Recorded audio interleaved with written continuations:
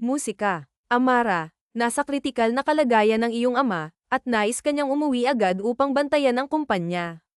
Natigilan ng dalaga sa paghahalo ng fishbowl nang marinig ang pamilyar na tinig ng kanyang malapit na kasambahay. Sandali niyang binitawan ang ginagawa, at may halong kaba at pagtataka, mabilis siyang pumasok sa loob ng kanyang maliit ngunit maayos na apartment. Ano po iyon? Muling tanong ng dalaga, na halatang naguguluhan. Amara, gusto kang makita ng iyong ama. Hinihiling niya na umuwi ka na, mahinahong saad ni Maricel habang tinitingnan siya ng may halong awa at pag-aalala. Napalunok si Amara, tila nag-aalangan. Akala ko po ba inaalagaan siya ng maayos ng bago niyang asawa? Ano po ba ang nangyari? Huminga ng malalim si Maricel at tumingin ng diretso kay Amara. Iya, wala akong tiwala sa babaeng iyon.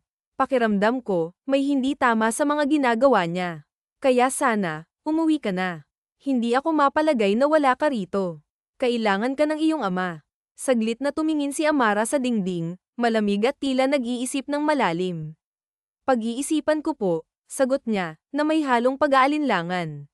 Bumantong hininga si Amara habang pinagmamasdan ang mga suki na abala sa pagbili sa kanyang tindahan. Huminga siya ng malalim at muling tumingin sa larawan ng kanyang ama na nakapatong sa isang simpleng frame. Tumatanda na ito, at alam niyang kung hindi siya uuwi, baka wala na siyang maabyutan. Ang bigat ng sitwasyon ay unti-unting bumalat sa kanyang puso. Oh, mukhang ang bigat ng iniisip mo dyan puna ni Jasmine, isa sa kanyang malapit na kaibigan, habang kumukuha ng kwek-kwek mula sa kanyang mesa. Kailangan ko na kasing umuwi, sagot ni Amara, pilit na ngumiti upang itago ang kanyang alalahanin. Tungkol ba ito sa daddy mo? Tanong ni Jasmine habang ngumunguya ng kwek-kwek. Tumango si Amara bilang sagot. Kailangan ko nang umuwi, baka wala na akong maabyutan sa mansyon, dagdag niya, na may bahid ng lungkot. Habang abala siya sa trabaho, hindi maiwasang lumipad ang kanyang isip sa kalagayan ng kanyang ama. Ang pag-aalala ay nagdulot ng inis sa kanya. Alam niyang simple na ang kanyang buhay ngayon, at ayaw na niyang bumalik sa magulong mundo ng karangyan. Mas pinili niyang magtinda ng fishbowl kaysa alagaan ang perang iniwan ng kanyang ina. Hello, Carmela. Bakit po kayo tumawag? Tanong ni Amara nang sagutin ang tawag ng kanyang sekretarya. Kailangan ko ng kotse. Alam mo naman ang address ng bahay ko, hindi ba? Uuwi ako ng mansyon, diretsyong sabi ni Amara, na may kasiguraduhan sa kanyang boses.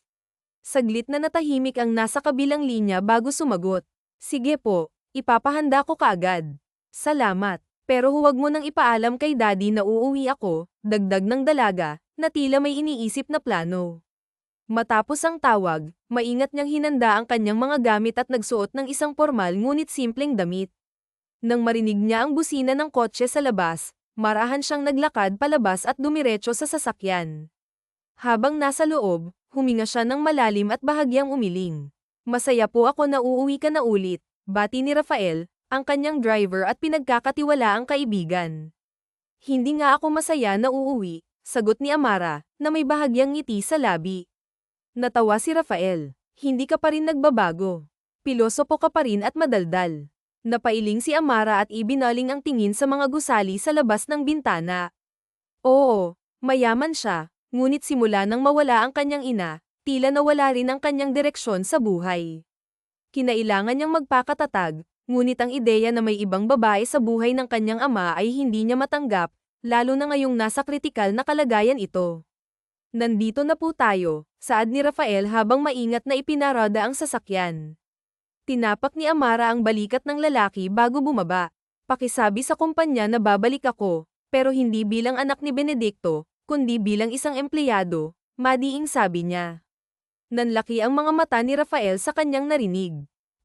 Pero ma'am, ngumiti si Amara, ngunit bakas sa kanyang mukha ang determinasyon. Gusto kong malaman ang tunay na nangyayari. Hindi tatawag si Manang kung walang mabigat na dahilan. Ikaw na ang bahala, Rafael. Alam kong mapagkakatiwalaan kita. Pagpasok sa mansyon, agad niyang nakita ang kanyang ama na nakahiga sa kama, may kasamang doktor na abala sa pag-aasikaso rito. Nagtagpo ang kanilang mga mata, at tila gulat pa itong makita siya. Umirap si Amara ngunit agad na umupo sa tabi ng kanyang ama. Anong nangyari sa'yo, Dad? Tanong niya, halatang may halong pag-aalala sa kanyang boses. Umuwi ka, sagot ni Benedicto, kasabay ng isang mahina ngunit masayang ngiti. Malakas ka pa noong iniwan kita, Dad. Anong nangyari at tila nanghihina ang katawan mo ngayon? May bahid ng galit ngunit halatang nag-aalala ang boses ni Amara habang nakatitig sa kanyang ama. Huminga ng malalim ang matandang lalaki bago sumagot. Ayos lang ako, anak. Nagtrabaho lang ako ng sunod-sunod. Kailangan ko lang ng kaunting pahinga. Mabuti naman at naisipan mong umuwi dito. Napangisi si Amara, ngunit bakas sa kanyang mukha ang lungkot at pag-aalinlangan. May choice pa ba ako, Dad? Sagot niya, pilit na pinipigilan ang emosyon. Tahimik niyang pinagmasdan ang kanyang ama. Hinawakan niya ang kamay nito, at sa kauna-unahang pagkakataon sa mahabang panahon, napansin niya ang mga pagbabago sa katawan nito. Ang dating matikas na tindig ay napalitan ng panghihina, at ang mga mata nito ay tila nawalan ng sigla. Honey, handa na ang gamot, biglang sambit ni Valerie, na siyang ikinagulat ni Amara. Napalingon siya sa direksyon ng babae at bahagyang napataas ang kilay. Nandito ka pala, malamig na sabi ni Amara. Umuwi ka rin. Nakikita mo naman, sagot ni Valerie, na may pilit ng ngiti sa kanyang mukha. Saglit na tinignan ni Amara ang hawak ng babae. Gamot ba yan ni Dad? Tanong niya, na halatang may pagdududa sa boses. Napalunok si Valerie, ngunit pilit na ngumiti. Oo, ito ang iniutos ng doktor para sa kanya. Hindi kumbinsido si Amara. Umatras siya ng bahagya at muling tinitigan ng kanyang ama, na ngayon ay malamig na nakatingin kay Valerie. Lumapit ang babae upang ibigay ang gamot, ngunit noon lamang napansin ni Amara ang kakaibang ekspresyon sa mukha ng kanyang ama, parang may pinipigilan itong sabihin. Habang inihahanda ni Valerie ang gamot, napansin ni Amara ang bahagyang sakit na naramdaman ng kanyang ama nang matapos itong turukan ni Lorena, ang nurse na nag-aalaga rito. Ang tagpong iyon ay nagdala ng kuryosidad at pag-aalala kay Amara. Sigurado ka ba na yan ang gamot niya? Tanong ni Amara, na mas naging seryoso ang tono. Oo naman, sagot ni Lorena. Ito ang palaging binibigay sa kanya bago siya matulog. Hindi mo kasi alam dahil wala ka rito. Tinitigan ni Amara ang kanyang stepmother habang inaayos nito ang kumot ng kanyang ama. Hindi siya kumbinsido, at mas lalong hindi siya kampante.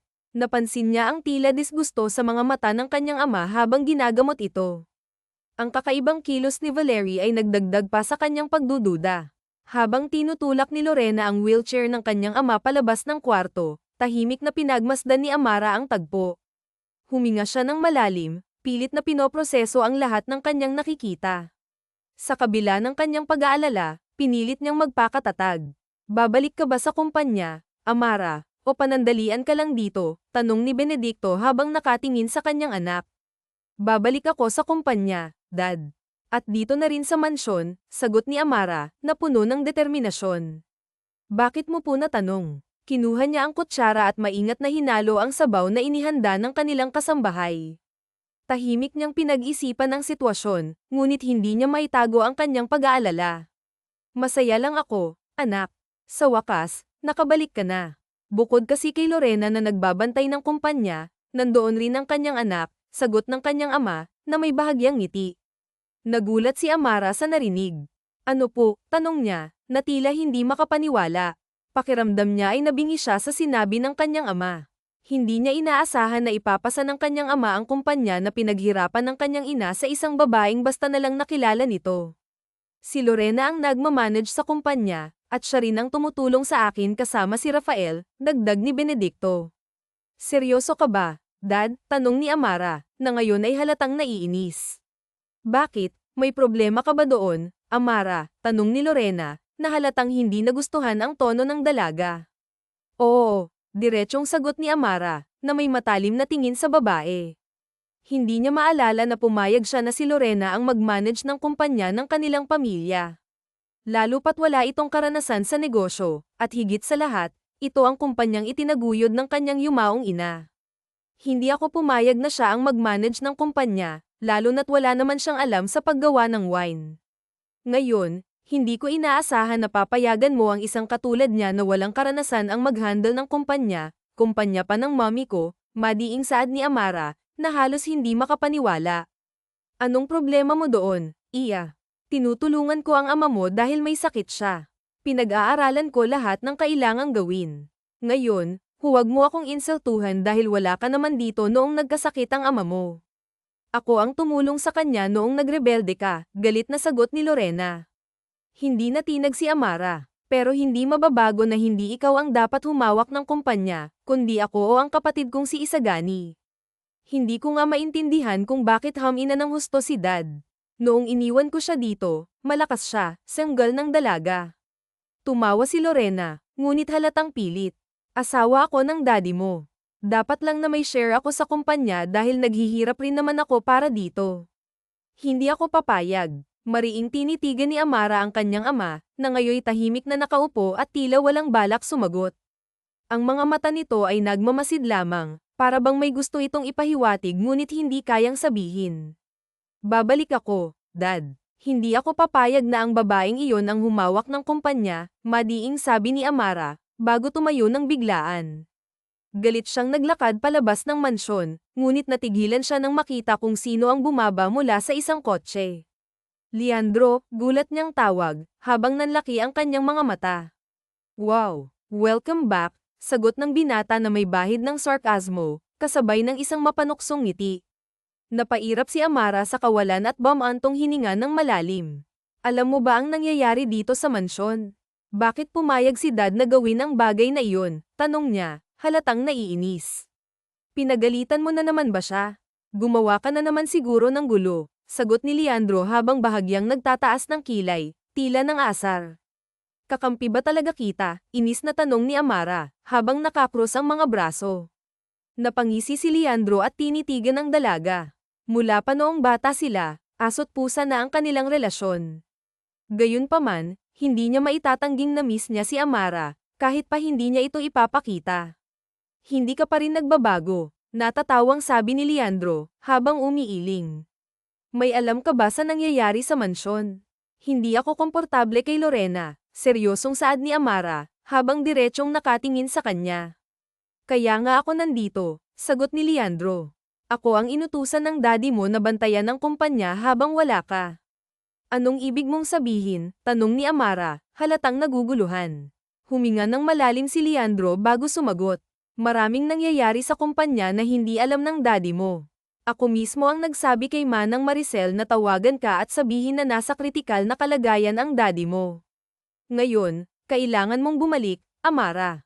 Tumahimik si Amara at tumingin sa loob ng mansyon. Hindi niya alam kung saan siya magsisimula o kung ano ang dapat niyang unahin. Sa dami ng iniisip niya, parang ang bigat ng lahat ng responsibilidad na biglang bumagsak sa kanyang mga balikat. Kung papayag ka, tutulungan kita.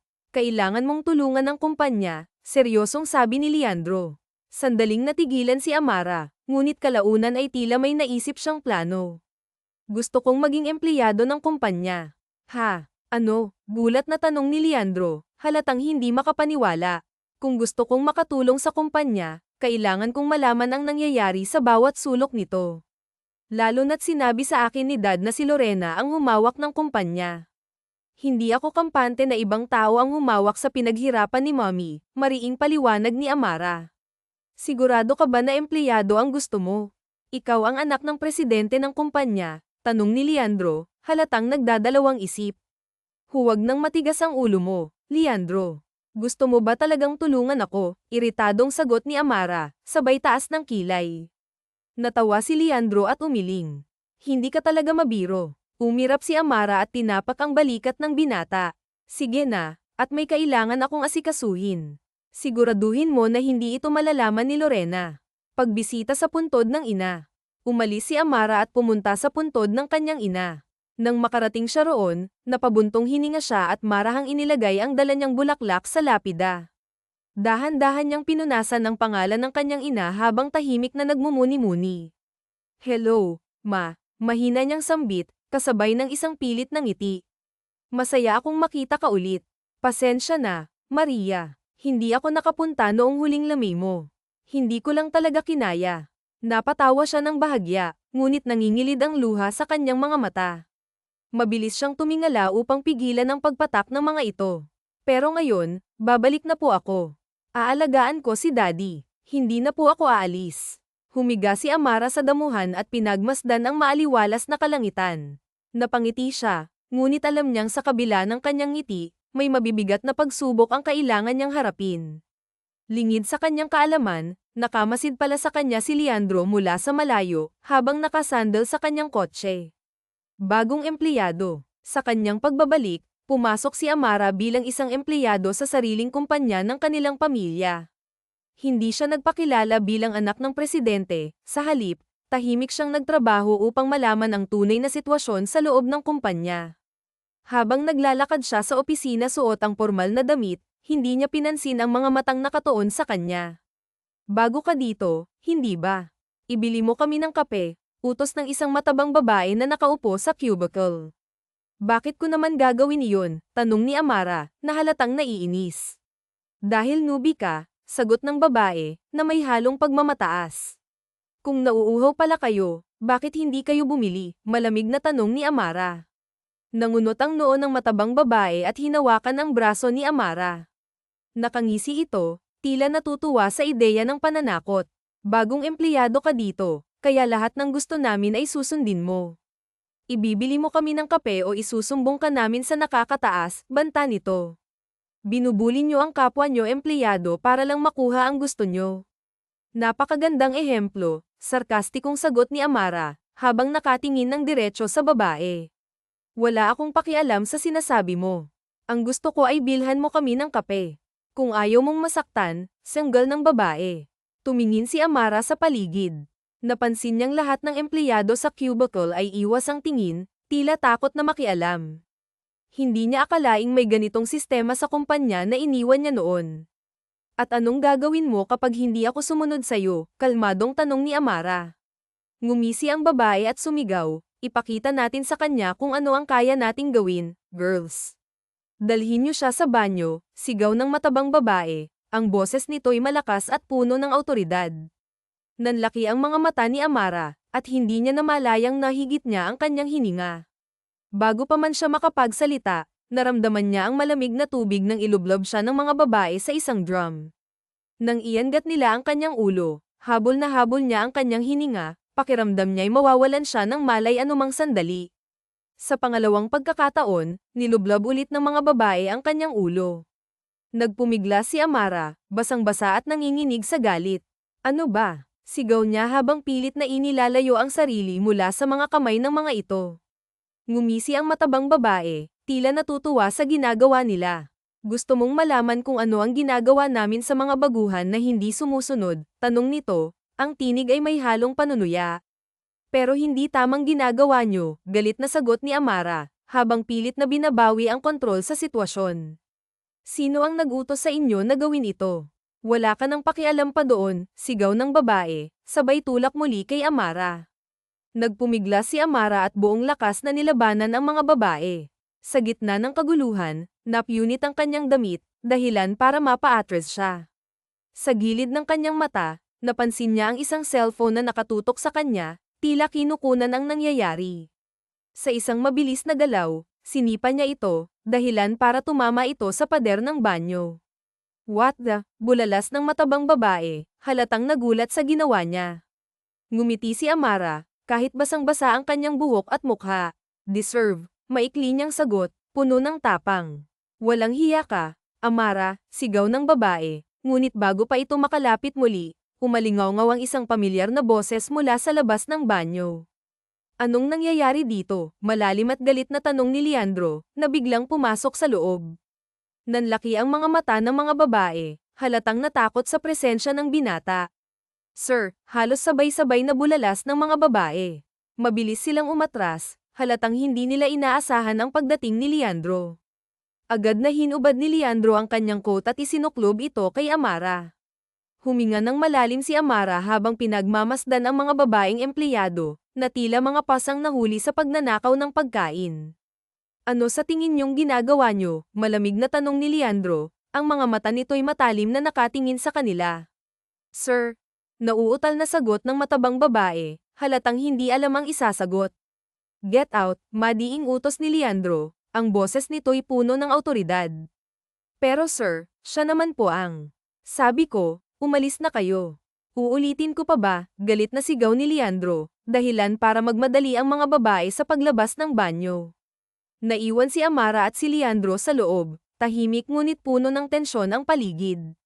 Hinubad ni Amara ang coat at agad itong piniga, ang tubig ay tumulo sa sahig. Ganito pala ang ginagawa nila sa mga bagong empleyado. Kaya naman pala nababalita na pangit ang trato ng mga tao dito, saad ni Amara, habang pilit na pinapakalma ang sarili. Bakit mo hinayaan na mangyari iyon? Galit na tanong ni Leandro, halatang hindi matanggap ang nakita. Sa tingin mo, makakapalag ako. Ang lalaki nila, single ni Amara, sabay bukas ng polo long sleeve na suot niya, nabasang-basa na rin. Napatalikod agad si Leandro, halatang nagulat sa ginawa ng dalaga. Mabilis siyang napalunok at pilit na pinakalma ang sarili. Sinabi ko naman kasi sayo na huwag mong gawing empleyado ang sarili mo. Napapahamak ka patuloy, saad ni Leandro, halatang nag-aalala. Masyado kang concern. Parang dati, hinahayaan mo lang akong mabyuli ng kahit na sino, tugon ni Amara, habang inaayos ang kanyang suot. Pwede ka nang humarap, sabi niya matapos ayusin ang sarili. Dahan-daang humarap si Leandro at tinitigan si Amara, na ngayoy abala sa pagsusuklay ng kanyang basa pang buhok. Hindi niya maiwasang mapansin ang ganda ng dalaga. Maliit ang mukha nito, ang mga matay tila laging nag-aapoy ng determinasyon. Sa malapitan, mas lalo niyang napagtanto kung gaano kaganda si Amara. Anak ka ng boss ko, Amara. Malamang ay concern ako sa'yo, seryosong sabi ni Leandro. Isa pa, talaga bang hahayaan mo na sila? Kailangan kong makahanap ng ebidensya, Leandro. Isa sila sa mga gusto kong kausapin, at kung hindi sila madadaan sa pakiusap, gagawa ako ng paraan, sagot ni Amara, ang boses nito'y puno ng determinasyon. Binubuli ka nila, mariing sabi ni Leandro, halatang hindi matanggap ang sitwasyon. E ano naman ngayon, tanong ni Amara, sabay taas ng kilay. Maganda nga iyon para nalalaman ko talaga ang ugali nila. Natawa si Leandro, tila hindi makapaniwala sa sinasabi ng dalaga. Hindi ka naman nababaliw, di ba? Nasa katinoan ka pa, malamang, biro niya. Hindi ako nababaliw, Leandro, sigaw ni Amara, sabay hampas sa braso ng binata. Napailing si Leandro, ngunit may ngiti sa kanyang labi. Sabay silang lumabas ng banyo at mabilis na pumunta sa opisina ng ama ni Amara. Habang nakaupo sa sofa, malalim na nag-isip si Amara tungkol sa maling sistema sa kumpanya. Paano nakaligtas sa kanya ang mga ganitong klaseng tao? Tanong ni Amara, habang nakatingin sa kawalan. Ewan ko rin, sagot ni Leandro habang nakangiti. Sumandal siya sa lamesa. Ang tanging alam ko lang ay kasama niya ang kanyang anak. Napagbintangan si Isagani, tanong ng dalaga. Akala ko ba nasa Amerika siya? Umiling si Leandro. Oo, nasa Amerika siya, pero may dahilan yun. Napagbintangan ng kapatid mo. Hindi alam ng daddy mo dahil ayaw ng kapatid mo ng gulo. Nagtagis ang panga ni Amara at napalunok. Sa ilang taon niyang nawala at sa pag-aakalang nagbakasyon lang ang kapatid niya, hindi niya inaasahan na ganito ang magiging bungad sa kanyang pagbalik. Pauwiin mo ang kapatid ko, Leandro, utos ni Amara. Uuwi siya dahil sinabi ko. Tsaka tayo mag-usap tungkol sa mga nangyayari, sagot ng binata at kinuha ang cellphone. Gusto kong imbestigahan mo si Lorena, saad ni Amara. Gulat na napatingin sa kanya si Rafael na abala sa pakikinig. Tinitigan niya ng mabuti ang sekretaryo ng ama. Sa mga nakalipas na araw, pansin niya ang pagiging balisa nito. Pakiramdam ni Amara ay may tinatago ang lalaki sa kanya, at iyon ang kailangan niyang malaman. Bakit po, ma'am? May ginawa po ba siyang kasalanan? Tanong nito. May gusto lang akong malaman. Hindi ito tungkol sa akin, kundi tungkol ito sa kumpanya at kay dad, sagot ng dalaga. Sige po, gagawin ko. Ngumiti ang lalaki. Hinawakan ni Amara ang braso ng lalaki, dahilan para matigilan ito. Kung hindi mo gusto ang ginagawa mo, ngayon palang tigilan mo na. Hindi mo magugustuhan kapag ako ang nagalit. Sa ilang araw niyang bilang empleyado ng sarili nilang kumpanya, marami na siyang nakikita, hindi lang sa mga empleyado kundi pati na rin sa benta, produkto, at iba pang negosyante. Kaya naman inimbestigahan na rin niya, hindi lang sa kumpanya, pati na rin sa gamot na iniinom ng kanyang ama na dahilan ng paghina nito. Oh, kain ka muna, saad ni Leandro. Wow, natawa ang dalaga. Ayaw na ayaw mo talaga akong nagugutom. No. Napailing ang binata. Paborito mo ang luto niyan, sagot ni Leandro. Napangiti si Amara at agad na umupo. Binuksan niya ang paper bag at tinignan si Leandro na abala sa pag-aasikaso sa kanya. Ngunit sandali siyang natigilan nang may mapagtanto. Ang tagal na rin pala nating magkakilala, no? Tanong ni Amara. Oo, magmula noong high school, sagot ng binata. Napatango ang dalaga. Wala pa ring nagbabago sa atin. Unless crush mo pa rin ako, saad ni Amara. Sandaling natigilan ng binata ngunit agad ding nakabawi. Wala nga talaga, sagot ni Leandro. Bakit ba kasi wala ka pang girlfriend? Tanong ni Amara. Hinihintay ka ba? Sagot ng binata. Secret na yun. Baka mainggit ka pa sa kanya. Ngumisi ang binata dahil alam nito na si Amara lang naman ang hinihintay niya. Napairap na lang sa kawalan si Amara, ngunit ang totoo ay na-miss niya talaga si Leandro kahit madalas silang mag-away.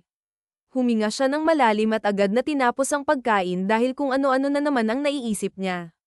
Baka bumalik na naman ang pagkagusto niya sa binata na baka hindi siya gusto. Amara, tawag ni Lorena. Bakit ka nandito? Tanong ni Amara. Kailangan kong i-check ang mga nangyayari sa kumpanya, sagot ni Lorena. Tinitigan ni Amara ang babae.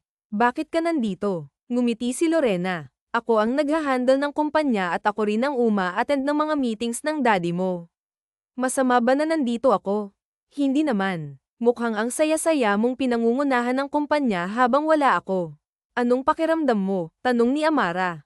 Ngumiti ang dalaga. Siyempre, masaya. Isa pa, nagagawa ko ang mga bagay gamit ang pera namin, sagot ni Lorena. Natigilan ang babae at napatingin kay Amara. Alam niya na hindi maganda ang nandito si Lorena. Noon pa man, ramdam na ramdam niya ang gaspang ng ugali nito. Hindi nga niya alam kung bakit ito pa ang nagustuhan ng kanyang ama. May share ako sa kumpanya na ito. Noong wala ka, ang anak ko ang nagpakahirap para iangat ang kumpanya. Habang nagre-rebelde ka, ang anak ko naman ang nagsusumikap para mabantayan ang kumpanyang ito, sagot ni Lorena. Ngumisi si Amara. Ayan lang ba? Wala pa yan sa kalingkingan ng mga nagawa ko sa kumpanyang ito, Lorena. Pero alam mo, lumapit ang dalaga at ngumisi ng nakakaloko sa babae. Pakiramdam ko rin may tinatago ang kumpanyang ito. Anong ibig mong sabihin? Nauutal na tanong ni Lorena. Natawa si Amara at umatras ng kaunti. Wala naman. Amoy na amoy ko lang ang masangsang mong pag-uugali, Lorena. Kung patago kang kumilos, ako hindi. Harap-harapan akong kikilos laban sa'yo. Napalunok ang babae at tinignan si Amara na nakatingin sa kanya ng matapang at may determinasyon. Bagay na kinatatakutan ni Lorena. Kinakalaban mo ako. Ako na stepmother mo, tanong nito. Hindi, sagot ng dalaga. Sinasabi ko lang ang mga dapat mong malaman. At dapat mong ingatan, Lorena. Kapag nalaman ko ang mga ginagawa mo. Anong gagawin mo? Galit na tanong nito. Ngumiti si Amara at bumantong hininga. Simple lang. Tinignan niya ang kanyang mga kuko at pinagmasdan ang stepmother. Sa kangkungan kayo titira ng anak mo. Naglakad ang dalaga at mabilis na pumunta sa kabilang gilid, ngunit tumigil siya dahil nagsalita ang stepmother niya. Sa tingin mo ba papayagan kitang gawin ang mga gusto mo? Magkakaalaman tayo, saad ni Lorena. Nilinggan niya ang babae. Good luck, kumaway si Amara at agad na napabuntong hininga. Nakita niya si Leandro sa hindi kalayuan at ang mga empleyado na masama ang tingin sa kanya dahil bantay sarado ang mga ito ng tauhan ng binata. Anong balita sa investigasyon? Tanong ni Amara. Wala pa rin. Maingat kumilos ang stepmother mo, sagot ni Leandro. Hindi ko siya kaano-ano. Manggilabot ka, sagot ni Amara. Umiirap ang dalaga. Inaalala ko si Rafael. Bakit? Tanong ni Leandro habang nangunot ang noo. Pakiramdam ko ay may tinatago siya sa akin, at yun ang kailangan kong malaman, saad ni Amara. Huminga ng malalim ang dalaga at napahawak sa kanyang ulo. Imbes na normal ang buhay niya at tahimik ang mundo niya, ito siya ngayon, nakikipagsapalaran kung sino ba ang traidor sa buhay nila. Okay ka lang? Tanong ni Leandro. Payakap nga sandali, saad ng dalaga. Tanong ng binata. Payakap ako, senggal ni Amara at agad na niyakap ang bewang ng binata. Nakakapagod ang araw na ito. Napakurap naman si Leandro at hindi makapaniwala na nakayakap sa kanya ang babaeng matagal na niyang gusto. Pakiramdam niya ay mababaliw siya at pinagdadasal na lang niya na hindi sana marinig ni Amara ang malakas na tibok ng puso niya. Amara, tawag ng binata. Bakit? Tanong ng dalaga. Napalunok si Leandro at marahang tinapak ang balikat ng dalaga. Nandito lang ako. Natawa naman si Amara at napailing. Alam ko naman na lagi ka. Nandyan sa tabi ko kaya love na love kita, sabi ni Leandro. Napasinghap ang dalaga at natawa na lang sa sarili. Humigpit ang hawak ni Amara nang makitang ibinasura ni Rafael ang utos niya, at ngayon wala man lang isang investigasyon ang natapos. Huminga siya ng malalim at mabilis na tinignan si Leandro na nakatingin sa kanya. May tinatago talagang lalaking yun. O baka naman tinatakot siya, tanong ni Amara. Nasaan na si Kuya Isagani? Hindi natin alam ang rason. At kung gustuhin man natin na kausapin ang sekretarya ng daddy mo, kailangan nating alamin, saad ni Leandro. Nasa mansyon na siya at naghahanap na ng magaling na doktor. Huminga ng malalim ang dalaga.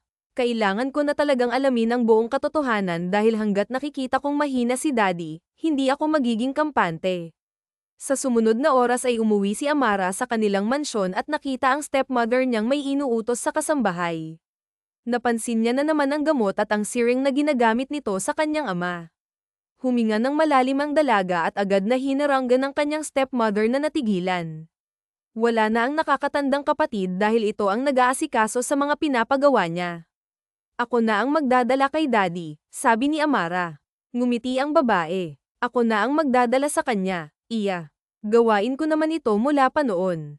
Pero dahil nandito na ako na, sagot ni Amara at hinawakan ang tray. Naramdaman niya ang paghigpit ng hawak nito. Amara, ako na. Matagal kang nawala at ngayon ka lang nakabalik. Kaya mas mabuting ako na lang ang gagawa, sabi ni Lorena. May tinatago ka pa, hindi maiwasang magtanong ni Amara. Natigilan ang babae at napatingin sa kanya. Wala akong tinatago. Then ako ang gagawa, malakas niyang sagot at kinuha ang tray. Amara, sigaw ni Lorena. Dirdiretso ang lakad ng dalaga kahit pa nakasunod sa kanya si Lorena. Nang makarating siya sa kwarto, tinignan siya ng kasambahay. Tumango sila sa isa't isa at agad nitong hinaranggan si Lorena. Bitawan mo ako, manang, sigaw nito. Pasensya ka na, ma'am, pero kailangan kong gawin to, seryosong sagot ng matandang kasambahay. Ngumiti si Amara at agad na pumasok sa kwarto ng kanyang ama, saka nilock ang pinto. Nakita niya itong gising at gulat na makita siya. Dad, tawag ng dalaga. Anong ginagawa mo dito? Nasaan si Lorena? Tanong nito. Umupo ang dalaga sa dulo ng kama at pinagmasdan ng kanyang ama na ngayon ay mahina at kulang na sa timbang. Napalunok si Amara at hinawakan ang kamay ng ama, dahilan para matigilan ito. Aminin mo sa akin. Anong ginagawa ng babaeng yun sa'yo? Kalmadong tanong ni Amara. Sandaling natigilan ang matandang lalaki. Amara. Hindi ako bulag, Dad. Hindi ako kailanman naging bulag sa mga nangyayari dito, lalo na't nakikita kong nahihirapan ka, sabi ni Amara. Kaya sabihin mo sa akin, ang gamot ba na ito ang nagpapahina sa'yo? Nangingilid ang luha sa mga mata nito, dahilan para mapasinghap si Amara. Tama nga ang hinala niya. Napatingin sila sa pinto nang marinig ang malakas na katok, kaya napairap si Amara. Dad, hindi mo kailangang ipagtanggol ang babaeng yun. At mas lalong hindi mo kailangang pagtakpan ang babaeng yun. Anak mo ako, Dad. Ako dapat ang unang makakaalam sa mga nangyayari sa'yo. Tulungan mo ako. Pagmamakaawa ng matandang lalaki. Napaawang ang labi ni Amara at nalaki ang kanyang mga mata nang makita ang sunod-sunod na luha sa mga mata nito. Doon pa lang ay alam niya na kaagad ang nangyayari, at mas lalong nadurog ang puso niya nang ipakita nito ang bawat sugat gawa ng syringe. Matagal na ba niyang ginagawa to? Tanong ni Amara. Tumango ang matandang lalaki. Madalas ay kaming dalawa lang ang nandito. Ang mga tao ko, siya ang sinusunod. Wala akong magawa dahil nanghihina ako at mahina na ang katawan ko. Kaya sinabi ko kay Leandro na tawagan ka na pabalaykan. Nagtagis ang panga ni Amara at hinawakan ang kamay ng kanyang ama. Bakit hindi mo sinabi sa akin? Napailing ang matandang lalaki. Ayoko nang guluhin ka dahil sabi mo gusto mo ng normal na buhay. Pero anak mo ako, Dad, tumaas ang boses ni Amara. May karapatan akong malaman lahat ng nangyayari sa'yo. Nang mabuksan ang pinto ay nagtagis lalo ang panga ng dalaga nang makita ang galit na galit si Lorena. Ngunit mas galit siya. Tumayo si Amara at magkakasunod na sampal ang ginawa niya sa babae. Gulat na gulat si Lorena. Mas malakas na sampal ang ginawa niya sa huling pagkakataon kaya natamba ang babae. Ang kapal ng mukha mo, sigaw ni Amara. Sobrang kapal ng mukha mo para manghimasok sa pamilya ko. Sobrang kapal ng mukha mo para abusuhin si Daddy. Anong problema mo? Sigaw ni Lorena. Alam ko na ang katotohanan, Lorena, sigaw ni Amara. Napatingin si Amara at nakita niyang natigilan ang babae. Sobrang sama ng ugali mo para abusuhin ang pamilya ko. Kaya pala hinang-hina si Daddy dahil dyan sa ginagawa mo. Kaya naman pala hindi niya kayang gumalaw dahil ikaw naman pala ang may kasalanan, galit na sabi ni Amara. Wala akong ginagawa sa kanya. Ginagawa ko lang ang tama, at sa tingin ko ay makakabuti para sa kanya, sagot ni Lorena. Ako lang naman ang kasama niya. Ako lang ang nag-iisang sinasamahan siya habang malungkot siya. Hindi na ngayon, saad ni Amara. Mula sa araw na ito, hindi ka nalalapit kay Daddy. Hindi mo na siya pwedeng hawakan o kapitan. Sino ka para pagbawalan ako? Tanong ni Lorena. Wala ka noong panahon na kailangan ka niya. Wala ka noong kailangan niya ng damay sa tuwing nami-miss ka niya. Kaya sabihin mo sa akin, karapat-dapat ka pa bang tawagin na anak? Ngumiti si Amara at lumapit sa babae. Nakita niya ang pag-atras nito hanggang huminto ito sa labas ng kwarto. Huminga ng malalim si Amara at matalim na tinitigan ng babae. Dahil sobra ang galit na nararamdaman niya, hindi niya mapigilan ang sarili. Wala akong pakialam sa kwento ng buhay mo o sa kung anong ginawa mo para sa pamilyang to. Lalayo ka kay Daddy. At sa oras na malaman ko ang iba mong kalokohan, hindi lang yan ang gagawin ko, sabi ni Amara. Tinatakot mo ba ako? Tanong ni Lorena. Ngumisi ang dalaga. Hindi. Sinasabi ko lang kung saan ka pupulutin kapag nagkataon na malaman ang lahat ng baho mo. Nanlaki ang mga mata ng mga tao nang ipakilala si Amara bilang anak ng CEO ng kumpanya. Halos malaglag ang panga ng mga ito nang makita siyang naglalakad kasama ang kanyang ama na nakasakay sa wheelchair, kasama rin ang kanyang kapatid na seryoso at diretso ang tingin sa mga tao. Ah, anak siya ng CEO, gulat na tanong ng ilang empleyado. Totoo ba to? Tanong ng iba habang nanlalaki ang mga mata. Oh my God! Paano na tayo nito? Kabadong tanong ng isang babae na nakatingin kay Amara. Ngumisi ang dalaga at huminto nang makarating siya sa stage. Ang kanyang ama naman ay nasa tabi kasama ang sekretarya nito. Huminga ng malalim si Amara, mabilis na hinawakan ang mikropono, at nagsalita. Magandang gabi sa inyong lahat, ngumiti ang dalaga. Tama ang hinala ng ilan, at tama naman ang hula ng iba. Ako ang nag-iisang anak ng CEO ng kumpanya, at ako rin ang naging babaeng anak nito. Ako si Amara Alonso, anak ni Mr. and Mrs. Alonso. Nagpalakpakan ang lahat habang ang iba naman ay gulat pa rin. Hindi maiiwasan na mapangiti si Amara kay Leandro na nakataas ang kilay at tila nagyayabang ang tingin. Ay nalalayan siya nito sa pagbaba, at agad silang dumiretso sa mga businessman na naghihintay sa kanya. Hindi pa rin ako makapaniwala na nakabalik ka na. Matagal na panahon na rin, saad ng isang matandang lalaki. Naging abala lang po ako sa trabaho at naging abala sa personal na buhay. Pero ngayong nakabalik na ako, mas magiging maayos at kontrolado na ulit ang kumpanya, nakangiting sabi ni Amara. Sana nga ay maging maayos na.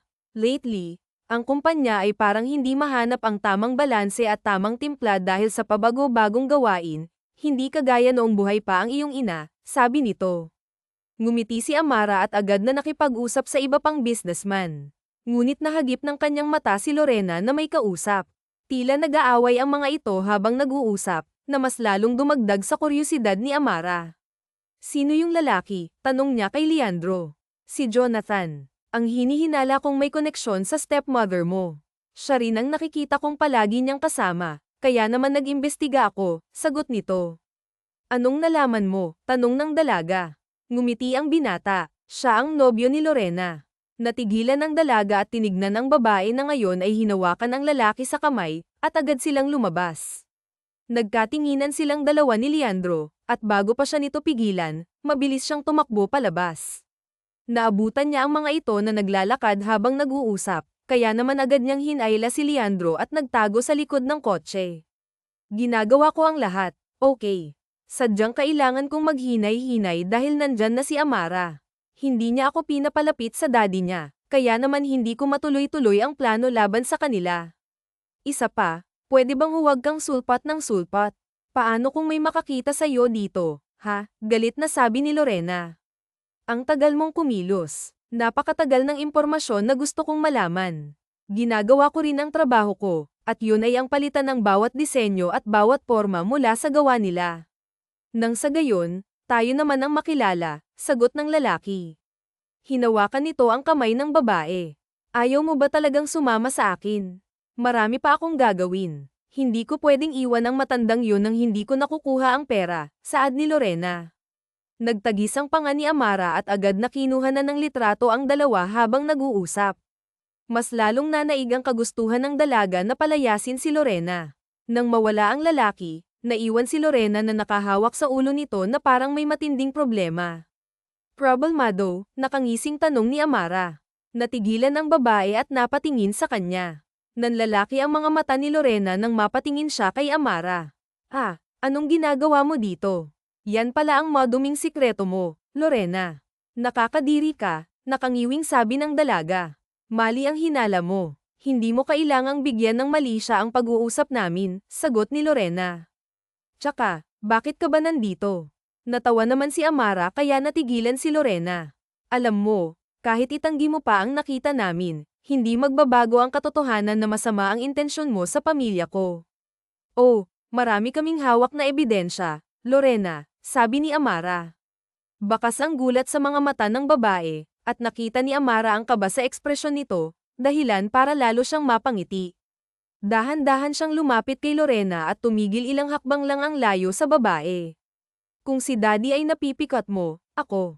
Hindi, iba ako sa kanya. Magpasalamat ka dahil hanggang ngayon, nandyan pa rin ang lahat ng gamit mo. Pero huwag kang mag-alala, Lorena, dahil malapit na. Ngumiti si Amara ng mapanlinlang. Malapit ka nang mawala sa mundo namin. Tigilan mo yang sinasabi mo, sigaw ni Lorena. Pasensya ka na, pero dahil bumalik na ako, hindi ako papayag na hindi ko mabibigyan ng hustisya ang ginagawa mo sa daddy ko.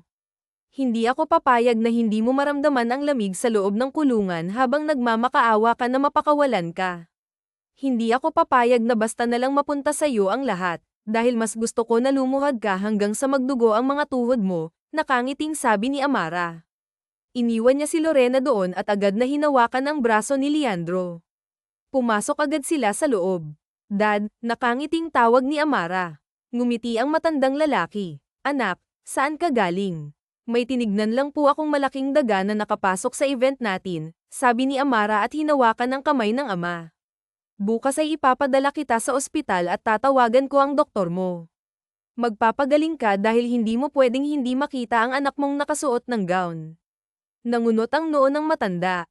Magpapakasal ka. Wow, dalaga na, nangaasar na saad ni Isagani. Natawa naman si Amara at aksidenteng napatingin kay Leandro. Malay mo, Dad, sabi ni Amara na tila nagbibiro. Ipakilala mo sa akin ang batang yan, saad ng ama. Natawa na naman ang dalaga at agad na niyakap ang kanyang ama. Tinignan niya ang mga tao at napabuntong hininga dahil malapit nang matapos ang lahat. Rafael, mag-usap nga tayo, sabi ni Amara habang hinayla ang sekretarya ng kanyang ama na ngayon ay gulat na nakatingin sa kanya, pagkatapos nilang ihatid ang ama sa ospital. Ano bang nangyayari sa'yo? Akala ko ba mapagkakatiwalaan kita? Bakit tinihil mo ang investigasyon? Ang mga ebidensya ay nawala, sanggal ni Amara. Ma'am, kabadong sabi nito. Ano, hindi kita makita halos sa mansyon, at madalas lang kung mautusan ka. Ano bang nangyayari sa'yo? Inis na tanong ng dalaga. Napayuko ang lalaki at agad na napalunok. Kaya naman napatingin si Amara sa kanya. Huminga ng malalim ang dalaga at hinawakan ang braso ng lalaki. Si Lorena ba? Tanong niya. Napaangat ang tingin ni Rafael at nanlaki ang mga mata. Ma'am, pinagbabantaan ka ba niya? Magsabi ka sa akin ng totoo, Rafael. Matagal ka nang nasa amin, kaya kilala na kita. Ngayon, sabihin mo sa akin ang totoo, madiing sabi ni Amara. Napalunok ang lalaki at dahan-daang tumango. Pinagbabantaan po ako ni Ma'am Lorena na kung patuloy pa rin akong mangingialam, ay sasaktan niya ang pamilya ko. Ayoko pong mangyari yun, at mas lalong ayaw ko silang mapahamak, sagot nito. Napamura si Amara sa inis at agad na napairap. Tinignan niya si Rafael na nakatingin sa kanya. Kaya naman tinapak niya ang braso nito at bumantong hininga. Huwag kang mag-alala, akong bahala sa'yo, ngumiti si Amara. Pero gawin mo ang mga pinapagawa ko, at kitain mo ako sa mansyon. Imbitahan mo rin ang mga kapatid ni Mommy at ilang mga kamag-anak. Sa likod ng kanilang bahay, naghanda si Amara para sa isang malaking salo-salo. Sinuot ng dalaga ang kanyang itim na dress at inayos ang nakatali niyang buhok. Ngumisi siya at marahang lumabas, diretso sa ibaba. Wow, nakangiting sabi ni Leandro. Ganda ko ba? Ngumisi ang dalaga.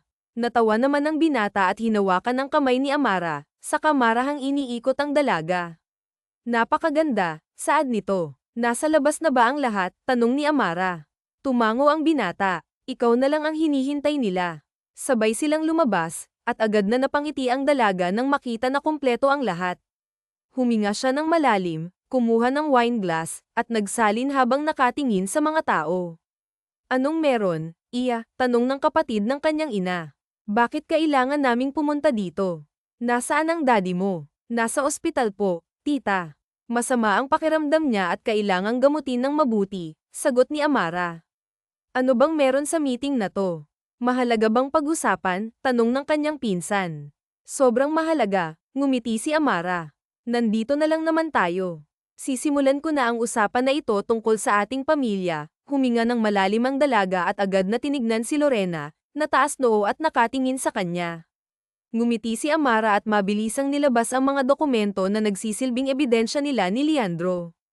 Una sa lahat, ang dokumento na nasa lamesa ang nagpapatunay na ang kumpanya ay nasa ilalim ng isang hindi balanseng pamumuno.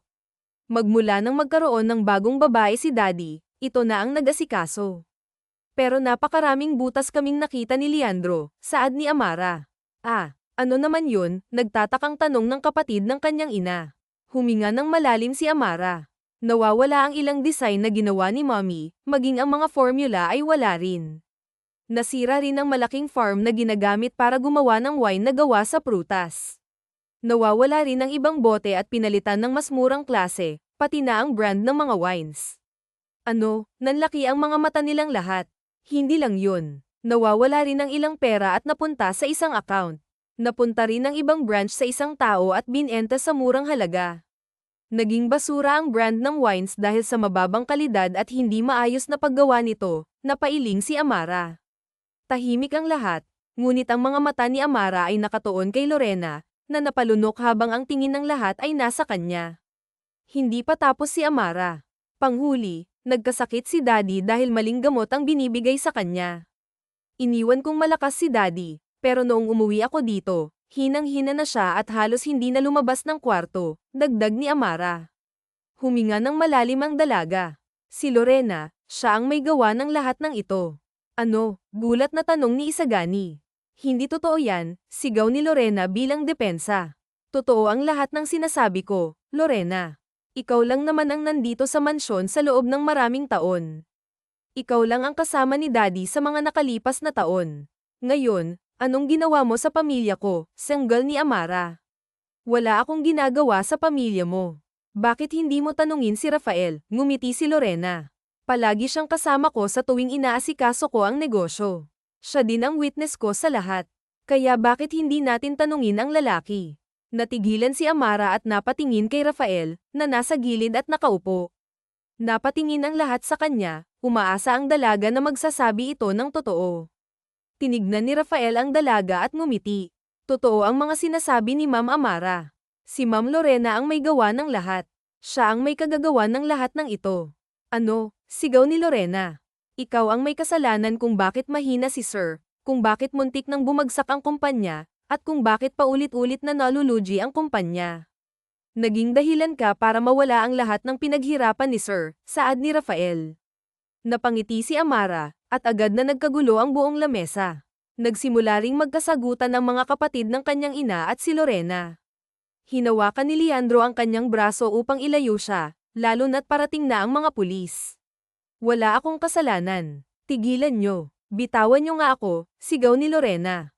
Mabubulok ka sa kulungan. Hindi kami papayag na hindi mo pagbabayaran ang lahat ng ginawa mo sa amin at sa pinaghirapan ng kapatid ko, sigaw ng kapatid ng kanyang ina. Pinapaikot lang kayo ng batang yan. Hindi totoo ang mga sinasabi niya, sigaw ni Lorena. Si Amara ang pamangkin namin. Siya lang ang pinagkakatiwalaan namin, malamig na sabi ng kambal ng kanyang ina. Huminga ng malalim si Amara at agad na niyakap si Leandro, na hinaplos ang kanyang balikat. Sa wakas, tapos na. Sa wakas, wala na akong problema pa, saad ng dalaga. Anong kaguluhan ang nangyayari dito? Natigilan si Amara nang makitang nag-eskandalo si Lorena sa labas ng kanilang bahay, kasama ang anak nito. Nangunot ang noo ng dalaga at dahan-daang lumabas, kasama si Leandro na sumandal sa hamba ng pintuan. Anong kailangan mo? Tanong niya.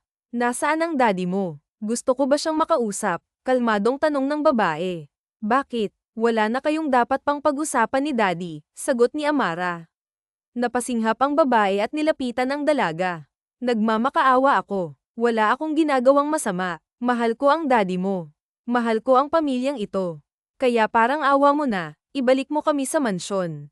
Ibalik mo kami. Natawa naman si Amara at hindi makapaniwala sa kanyang naririnig. Sa dami ng ginawa nito sa kanyang pamilya, hindi niya kayang magpatawad.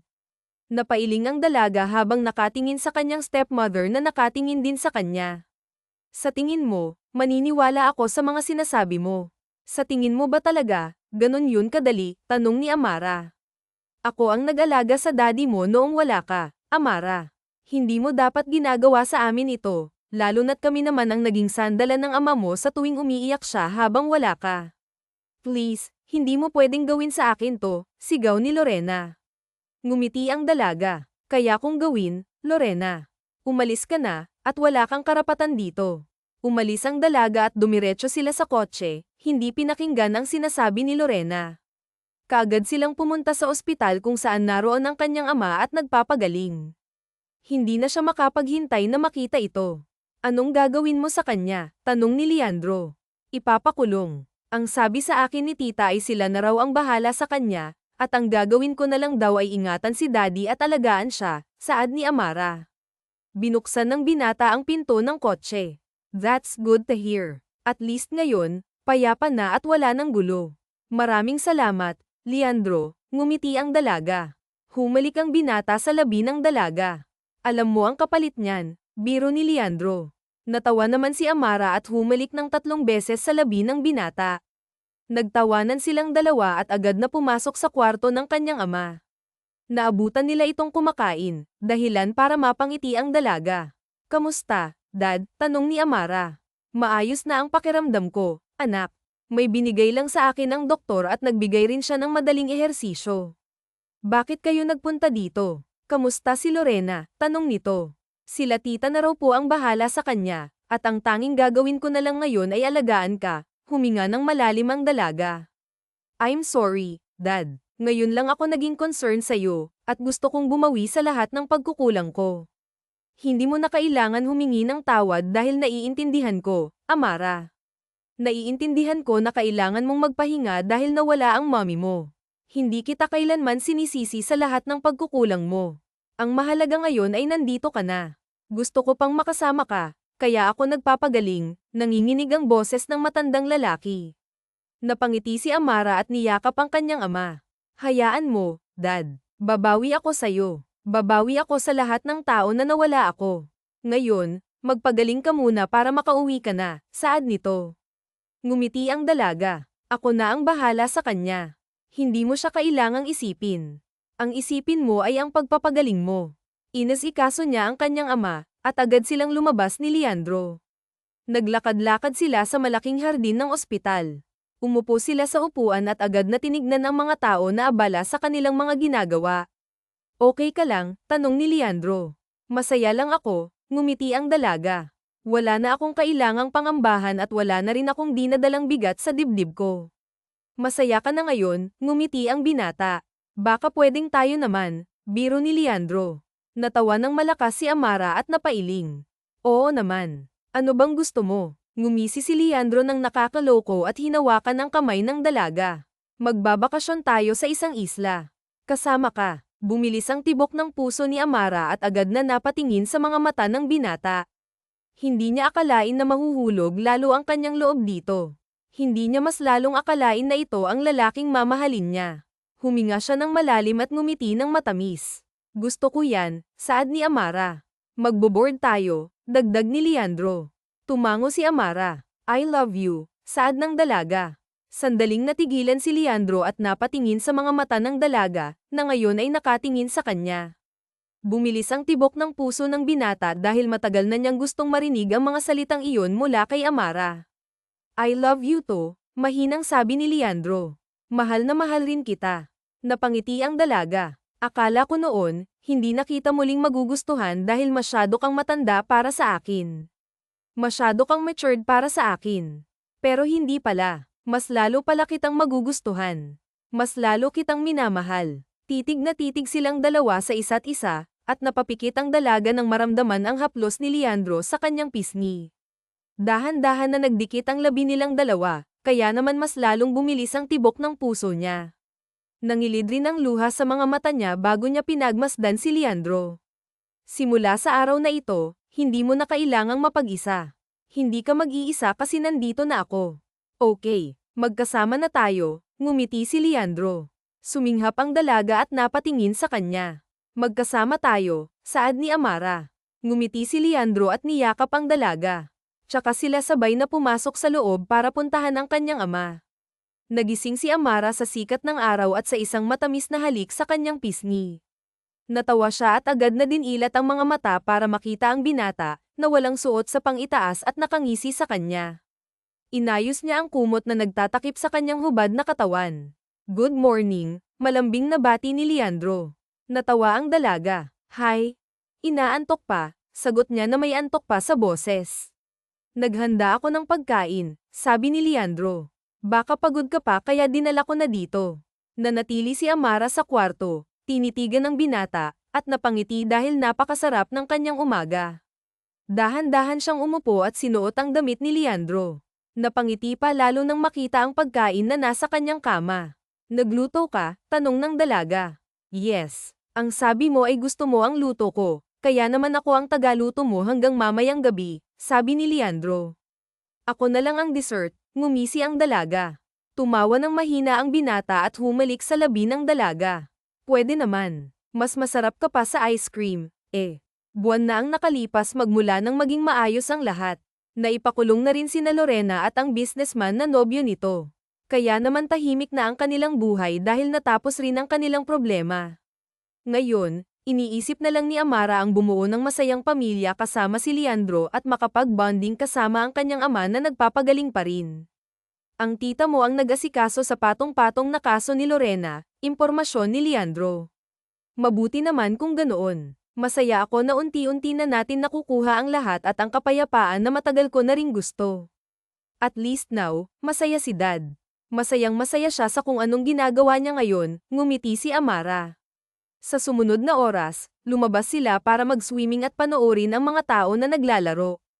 Napangiti si Amara dahil wala man lang siyang nararamdamang lungkot kundi kasiyahan lang sa kanyang puso. Wala man lang siyang masyadong iniisip kundi ang makasama si Leandro.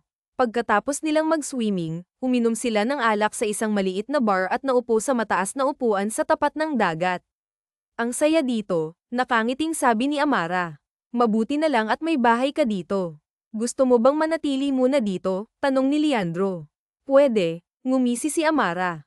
Natawa naman ang binata. Kung saan ka masaya, doon rin ako. Alam mong ikaw ang masusunod sa ating dalawa. Buti alam mo, hinawakan ni Amara ang pisngi ng binata at humalik sa labi nito. Masyado kang gwapo. Hindi ko tuloy magugustuhan ang tingin ng mga babae sayo. Alam mong sayo lang ako, hinawakan ni Leandro ang bewang ng dalaga. Nagtaas ng kilay si Amara at tinagilid ang kanyang ulo para mas lalong makita ang kanyang leeg. Tumawa ng mahina ang binata at unti-unting lumapit para halikan ang leeg ng dalaga na nakangisi sa mga babae. He's mine, ngumiti si Amara sa mga babae habang hinahaplos ang leeg ni Leandro na hinahalik-halikan ang leeg niya. Pagkatapos nilang uminom, pumunta sila sa isang floating cottage sa gitna ng dagat. Pinagmasdan nila ang payapang dagat habang nakaupo at pinaglalaruan ang tubig gamit ang kanilang mga paa.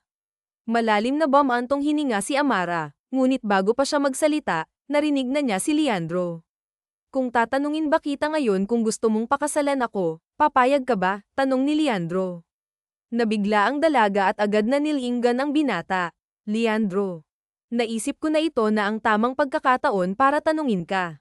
Hindi na ako makapaghintay. Atat na akong pakasalan ka, Amara, ngiti ng binata. Alam mong gusto kong mangyari yun.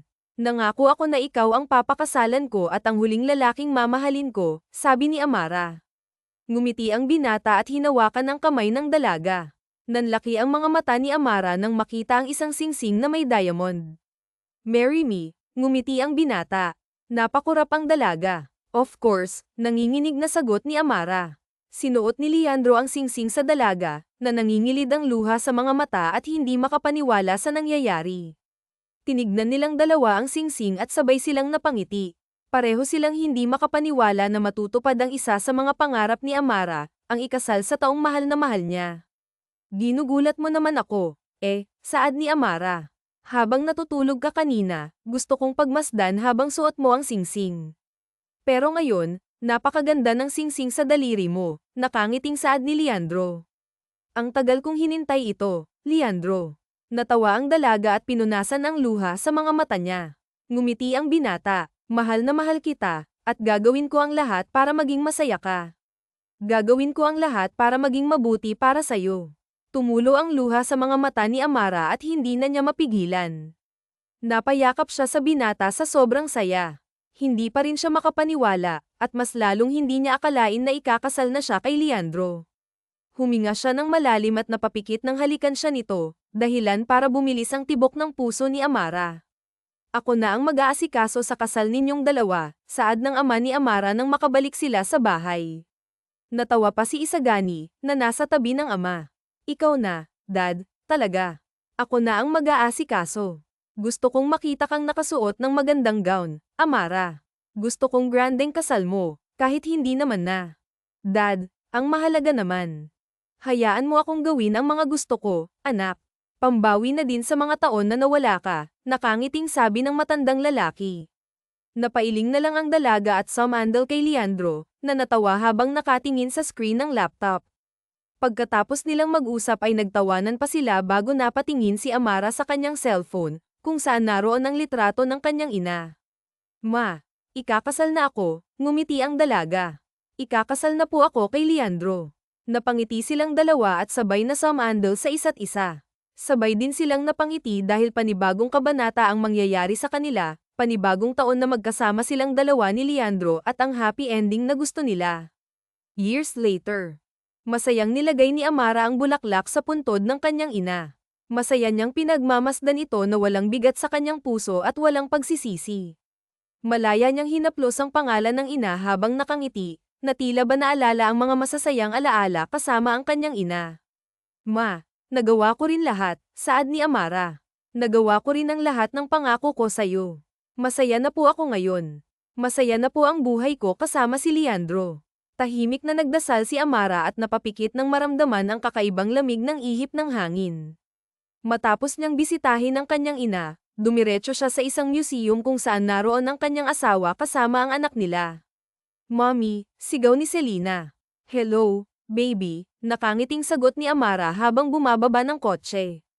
Tapos na po ang work mo, tanong nito at hinawakan ang kanyang kamay. Tumango ang babae. Yes, baby. Ano, kamusta naman ang field trip? Okay na okay po, mommy.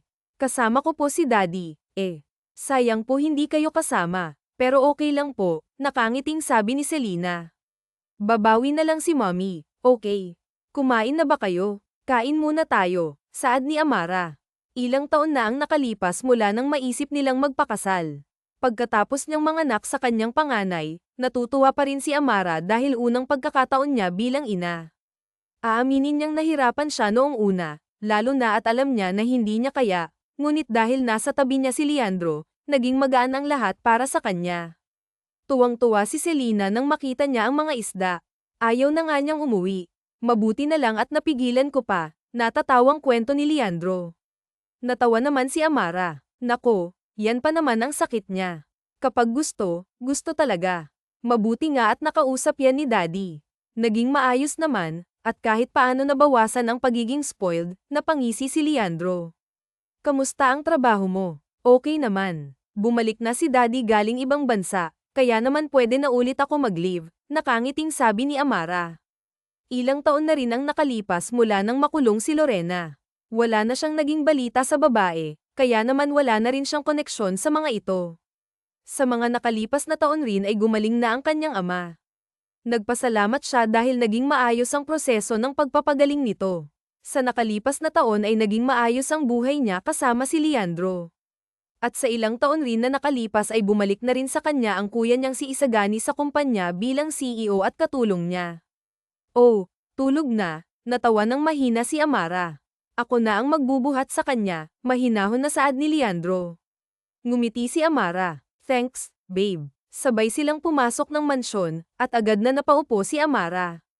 Hinawakan niya ang ulo at napapikit dahil napakaraming trabaho ang ginawa niya. Gusto niya man na tumigil, gusto niyang bumawi sa kanyang ama. Naramdaman niya ang halik ng asawa sa kanyang noo, dahilan para idilat niya ang mga mata. Magpahinga ka na, saad ni Leandro. Babe, hinawakan ni Amara ang kamay ng asawa.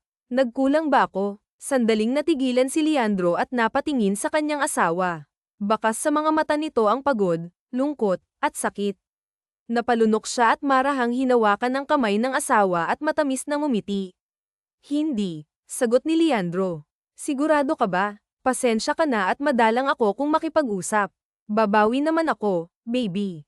Babawi ako, saad ni Amara. Babe. Mahinang tawag ng lalaki at hinalikan ang likod ng palad ng asawa. Hindi ka nagkukulang sa amin ni Selena. Sobra-sobra ang ginagawa mo para sa aming dalawa. At alam nating pareho na. Naabala tayong dalawa sa trabaho. Hindi ako galit, nag-aalala lang ako dahil baka sobrang napapagod na ang katawan mo, saad ni Leandro. Napangiti si Amara at umayos ng upo. Nakahinga na ako ng maluwag dahil alam kong hindi ka galit sa akin. Babawi ako sayo, okay. Sa ilang taon nilang kasal ni Leandro, napakaraming natutunan ni Amara. Bukod doon, nagbago rin ang kanyang pananaw sa mga bagay-bagay dahil sa asawa. Mas naintindihan nila ang isa't isa, lalo na kapag abala silang dalawa. Inaayos nila agad ang anumang hindi pagkakaintindihan. I love you, okay, malambing na sabi ni Amara. Ngumiti ang lalaki. Mahal rin kita. Huwag kang mag-alala dahil kaya ko namang alagaan ang bata habang may trabaho ka. Nandyan rin naman ang daddy mo at ang kasambahay. Ngumiti si Amara at niyakap ang kanyang asawa. Napapikit siya, sobrang mahal niya ito. Kung titignan ng bawat taon na magkasama sila, si Leandro ang nag-iisang tao na hindi umaalis sa kanyang tabi kahit kailan. Siya ang taong lagi niyang maaasahan sa lahat ng bagay. Kaya hindi na siya nagtaka kung bakit ito ang naging asawa niya, ang naging kasama niya sa habang buhay. Magpahinga na tayong dalawa. O baka gusto mo, sabay na tayo mag-shower, tanong ni Leandro. Natawa naman ang babae. Ikaw talaga. Sige, pwede naman. Binuhat ni Leandro ang asawa at mabilis na tumakbo papunta sa itaas. Lakas na. Natawa si Amara. Nang makarating sila sa kwarto, dumiretso na sila sa banyo.